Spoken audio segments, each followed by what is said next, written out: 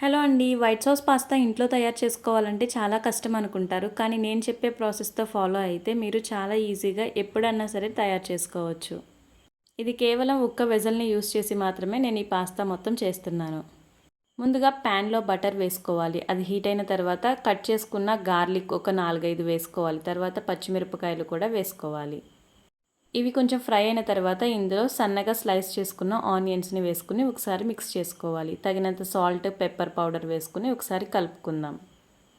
ఇవి లైట్‌గా ఫ్రై అయిన తర్వాత క్రష్ చేసుకున్న ఎండుమిరపకాయలను వేసుకోవాలి. అదేనండి మన చిల్లీ ఫ్లేక్స్. తర్వాత సన్నగా కట్ చేసుకున్న క్యారెట్ ఇంకా బీట్రూట్ కూడా వేసుకోవాలి.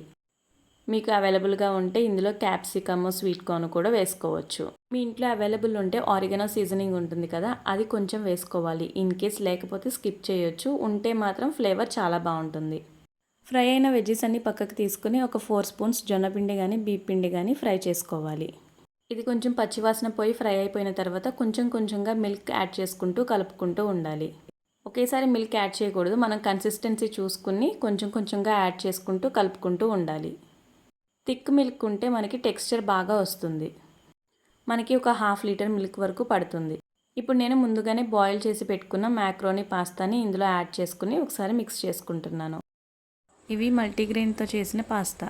ఈ మ్యాక్రోనీని ఒక గ్లాస్ వాటర్లో ఒక స్పూన్ ఆయిల్ వేసుకుని ఒక 10 నిమిషాల పాటు మీడియం ఫ్లేమ్లో ఉడికించుకుంటే సరిపోతుంది. ఫైనల్గా కొంచెం కొత్తిమీర వేసి గార్నిష్ చేసుకుంటే tasty white sauce pasta ready. ఈ వీడియో నచ్చితే లైక్ చేసి మన ఛానల్ని సబ్స్క్రైబ్ చేయండి. Thank you so much for watching.